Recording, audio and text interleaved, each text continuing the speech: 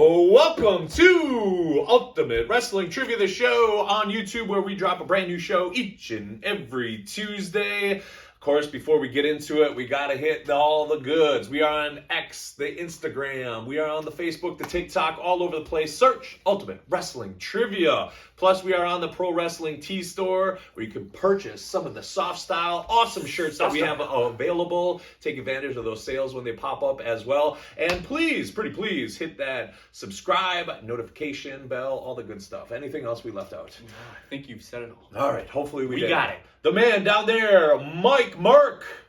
The man in the middle this time, dashing Derek. And my name is Devon. We got a brand new show for you today on YouTube, Ultimate Wrestling Trivia, where we channel our best Gorilla Monsoon, JR and stuff, where we are talking about the top 10 best WWE/WWF commentary duos of all time, the commentary groups, the people that provide lyrics, the music that's being played in the match, in the ring. You know, you like, oh, I hear that. It takes me back to the 80s, the 90s, the early 2000s. Throughout the history of pro wrestling, of course, when WWE was Capital Wrestling in the early 50s, I think that's the first time that there was commentary in a match.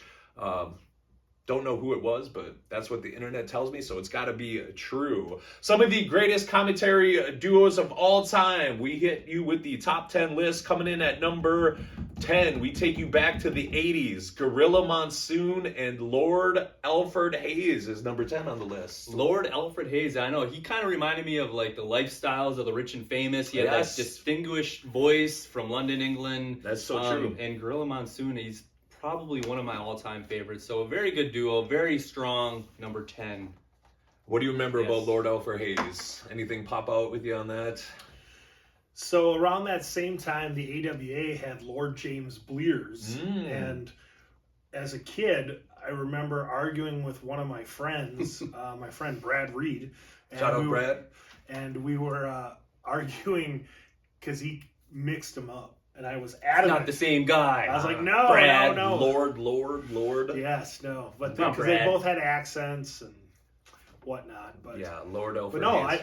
I did like him. I remember him as he did some jobs as an enhancement guy at the end of his career before he shifted to behind the desk. Yeah, he was good behind the stick for sure. Coming in at number 9, one of the early ones, none other than Michael Cole and Corey Graves, which very much so on SmackDown you would see them. A good group right there, good duo. Corey Graves with the perfectly legal Cole. Michael Cole too, like where does he rank on the all-time list? I feel like he's one of those guys that we're going to look back on very fondly. But still very programmed and overproduced at times. But I remember listening to a Michael Cole interview on Busted Open back when Busted Open was good. And it was actually a very good interview with Michael Cole. He felt very loose and just, I think he's one of those guys that we're going to look back on and think of him as one of the all-time greats. Did you watch the episode of him and Logan Paul where his shirt was popping out? Did you watch that video? Yeah. All right. I got to hang out with Michael Cole a couple times when I did some extra work after, and a couple takeaways. He was pretty ripped in real life back then. He was pretty in shape. Was a little older and was a cool guy, a great guy, and all the announcers, that he got to be in charge of in that post Jim Ross era, all speak the world of him. Jonathan Coachman, who's another great guy, and I think Derek said it best. He's maybe not as appreciated during his career, but when we do look back and there isn't a Michael Cole anymore, we're gonna say he was really good. Yeah. And I think Corey Graves is excellent. I felt there's a few catchphrases that he's perfectly legal Cole. There's a few catchphrases that he's like gone to the well with a few too many times, like picking at the bones and his crutch words that he uses a lot. Yeah, that come up a lot, but that's also a byproduct of a 3-hour Raw, the 2-hour SmackDown, and for a while he was on both, and And then he was doing a lot, and I will say when Corey Graves initially came onto the scene, I think people were kind of taken back, like, can like this wrestler from NXT do it? And I'm not saying he was Bobby the Brain Heenan, but I feel like there was a little bit of comparisons when he initially came on about being very quick-witted and hitting Cole, punching back with them. So, and I will say to the group, like I pushed for these guys on the list. Yeah, yes. And they were not on the initial draft of the top 10. So I would like to see them higher, but I'm glad they made the list. It's a good duo. Michael Cole, Corey Graves comes in at number 9. Our number 8 duo, the best commentary group of all time, none other than Vince McMahon, and I feel like we're going to hear this guy's voice, Randy Savage. Ooh, taking you back to the mid to late 90s. Vince McMahon, Randy Savage coming in at number 8. This was after Randy Savage retired, right? And then he went to the commentary booth. Vince McMahon, he's one of those guys I remember playing with my action figures back in the day, and Vince McMahon was the voice that I always used for commentary. Coming off the top rope! Like, one of the classic all-time greats, I think. Vince McMahon, very underrated as a commentator. I will co-sign that one, actually. Very good. And Macho Man, here's a guy, former Intercontinental Champion, former World Champion, and he's reduced in that commentator role. And he had his legs cut out from it. He still had all the tassels and the bright colors, and he was the Macho Man, with the Macho Man voice. But a Macho Man promo where he's intimidating and he's intense, that wasn't how he was as a commentator. Right. And it some of their commentating is worth listening to just to hear the change in him and how he left the company. Back then, they would tape a month's worth of Monday Night Raws in one set of tapings. So then they would go into the studio and record the 3 subsequent episodes in the studio. And he was supposed to show up in the studio and never did because he had signed with WCW. WCW, yeah. That's right. Feel free to go back and check out some of their work, Vince McMahon and Randy Savage, and you can continue along with our top 10 list. Moving right along, this takes us back to about 2001-ish, less than a year. I think they only worked together for about 8 or 9 months on the desk. We're talking about Jim Ross and ECW's Paul Heyman. They come in at number 7. Of course, this is right around that time when WCW got bought out. ECW was supposed to have a pay-per-view, and Paulie's like, slide underneath the table and go do some commentary work with WWE. Yeah, I think Paul Heyman is probably one of my favorite talkers of all time. And pairing him with Jim Ross, I think it was a very good duo. I'm sure we're going to hear more from Jim Ross later on. But Paul Heyman is just one of the best on the sticks. I'm surprised at that time they didn't move Jerry Styles with Heyman. I felt like that might have been a more natural chemistry. Joey. But, Joey Styles and Paul Heyman. But I think they kept Jim Ross with him to have that voice of the office, to kind of keep him in check. To reel him in a little bit. Keep him in check. They didn't want to have 2 outsiders with a live mic. There you go. I think there is some footage when they show like the documentaries of like Jim Ross telling Paulie before they go live, just listen to me, kid, and everything will be fine, and you got to be thinking Heyman's like, oh man, I got this. But like you said, just got to reel him back in and do the corporate line sometimes. Our top 10 list continues, coming in at number 6. This takes me back to the Saturday night main event days. The Voice, Vince McMahon, and Jesse the Body Ventura, number 6. Can you do a Jesse Ventura impression? Well, let me tell you something. From Minnesota. Minnesota, he's great. These guys, I love Vince and Jesse together. I mean, I just go right back to Saturday Night's Main Events. Great duo. Yeah, brings you back to your childhood. Vince McMahon, Jesse Ventura, all-time classic. That's for sure, yeah. Jesse Ventura, any fun memories of him behind the stick, or? Well, something, Vince There we go. That's the good one. Yeah. Did you ever hear Karrion Kross? He does a fantastic Jesse Ventura. But, I ain't got time to bleed. No. Predator. I love Jesse Ventura. One of my fondest favorite memories was He was the mayor of Brooklyn Park, Minnesota. There okay. was a venue that Eddie Sharkey, the famous wrestling trainer, former light heavyweight champion of the world, he used to promote. And in 1989, was it? When he was running, or I'm sorry, what was that, 99? When he was running for governor? I think it was 99. 99 Yeah. sounds right. And we were wrestling in Brooklyn Park, and there were Ventura for governor booths set up. Okay. And I was like, even though I didn't live in Minnesota and couldn't vote, I was like, yes, I want this bring it Ventura on. That's one for of our governor. guys. I had a Ventura for governor T-shirt, That's yard amazing. sign, bumper stickers. I thought that was cool as heck. Yeah, and of course we know he went on to win that. The top 10 best WWE WWF commentary duos of all time, sliding in at number 5. We always talk about the struggle to put this list together. This was actually my number 1, but it comes in at number 5. We're talking about the late great Gorilla Monsoon and Jesse Ventura again. Gorilla and Jesse, for me, just warms my heart. I just love the chemistry, how they mesh together. You had the Ultimate Baby, Jesse throwing in the heel, wanting Hogan to lose. He thought he tapped. Those guys, the voices, just absolutely Well, you know amazing. something, Gorilla Monsoon. It's just so good. Classic. So good. They coming in number 5. Is that, Maybe all a little bit higher, but yeah, I mean, a lot of these guys are very, they're interchangeable. I mean, you had Monsoon and Heenan, Monsoon and, McMahon and Ventura. Right. So it's like a lot of moving parts here. So it's very hard to nail down this list. It made for some fun debate. Yes. It was definitely, we were splitting hairs on some things.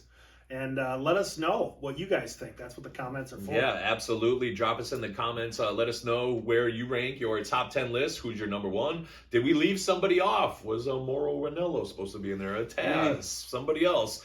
We would love to hear from you. Coming in at number 4, he replaced the great Jim Ross. We were talking about him earlier. Michael Cole in 2008 replaced him full time. Michael Cole and JBL right around 2006, 2008. They worked together for a couple years. Cole and JBL slides in at the number 4 spots. It's crazy to think how long Michael Cole's been doing it, like 20 plus years at commentary. And then with JBL with the classic Moggle. We'll call him Moggle all the time. That's what I remember from that commentary duo.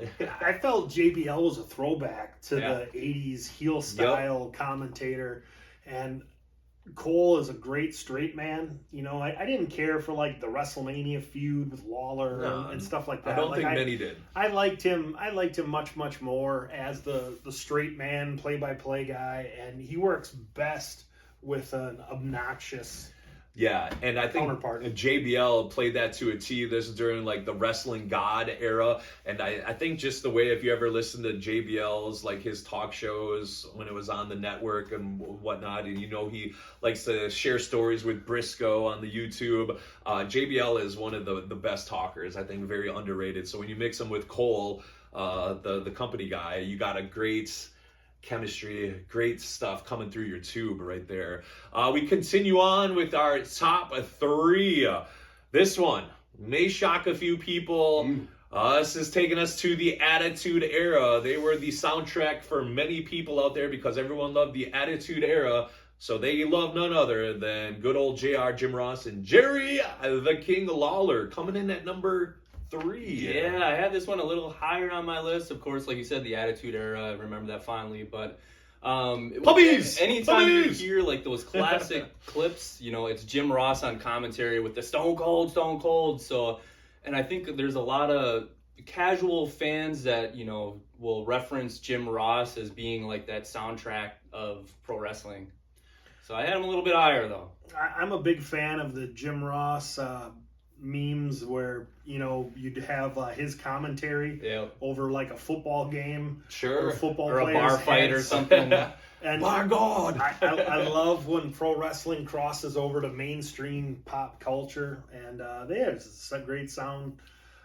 Some of the phrasing, and more so just because of the angles and storylines they did with all the divas and the cat fights and the mud fights and things like that, don't hold up as well in the more PC 2025.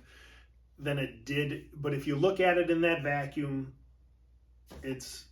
they're great. Yeah, and a lot of pro wrestlers, including The Undertaker, and I believe there was some others in there, that they want their last match to be announced by Jim Ross. Here's my hot take. It's not that I didn't like them at all, but Jim Ross, I was more fan of the late 80s, the WCW, NWA, Georgia, Mid-South, JR than when he became in the Attitude. They got a little long in the tooth for a little bit. You know, and he gets a lot of crap right now for his AEW commentary and stuff. Everyone says he's overrated. He's not that good. But you got to remember, the man is older. And he's been up and down the roads. He's dealt with Bell's palsy. Exactly. And that's something that I actually had happen to myself back in 2000. And what exactly is that for people that don't know? It kind of. So it's a partial paralysis of the facial muscles. So generally it affects one side of the face. They don't know what causes it. 89% of people that get it make a full recovery. But if you've had it once, you're 50% more susceptible to getting it again. It's something that affects, I think, 1 in 300,000 people or something. So it's a fairly rare thing. But one day in my situation, I woke up and I was brushing my teeth and I go to spit and it just goes down my chin and then I realized I couldn't blink my eye. And so for me, it was my right side of my face was paralyzed. And this happened, it was the end of August, and I didn't regain full use until around Christmas time. So it's definitely one of those things when you use your mouth as your job to pay the bills. I mean, JR, you got to work through that, good, bad, or ugly. So Jim Ross, Jerry Lawler comes in at number 3. All right, we made it to the top 2 list here. The top 10 list. We'll go through it real quick. Number 10, Gorilla Monsoon, Lord Alfred Hayes. Corey Graves, Michael Cole, number 9. Vince McMahon, Randy Savage, number 8. Number 7, Jim Ross and Paul Heyman. Vince McMahon, Jesse Ventura coming in at number 6. Gorilla Monsoon, Jesse Ventura, number 5. Cole and JBL at number 4. JR and Jerry Lawler, number 3. All right, here we go. It's a lot being said. Just losing out by a couple votes. I mean, one of these times, maybe on Patreon, we'll have to record our putting together the list, because that's kind of the battle, as we always say. Sometimes maybe it's a better episode. Who knows? Number 2 list, Michael Cole and Pat McAfee. We're currently going on as we speak. Cole and McAfee. Number 2 of all time. Agree to disagree? Yeah, Michael Cole on this list, obviously a few times, and deservedly so. Pat McAfee, I think he brings a credibility to pro wrestling and just a fun, unique, perspective that he brings. And then he's got the benefit for not being long in the tooth, because he can go away for a little bit and do his college game day stuff. And he pimps and promotes pro wrestling, and that's what I love about him. So he's very high on this list, Pat McAfee. But let us know, do they deserve to be number 2? McAfee is a rising star in the media business. Yeah. And he's a big deal, and I love it when something that's a big deal in pro wrestling intersect. Oh. And I don't think his shtick has gotten tired, and that a lot of that has to do with the fact that because he can go away, as Stefano would say, to borrow a Jim Cornette line, they can't miss you if you're not gone, and that works well. I'm not always a fan of the 3, 4, 5-man booths that maybe a premium live event, WrestleManias, things like that will end up being. I feel like a guy like McAfee gets lost in the sauce, and he's definitely a voice of the people, and I think he's probably one of the more polarizing people on the list. There's a lot of people that strongly dislike him.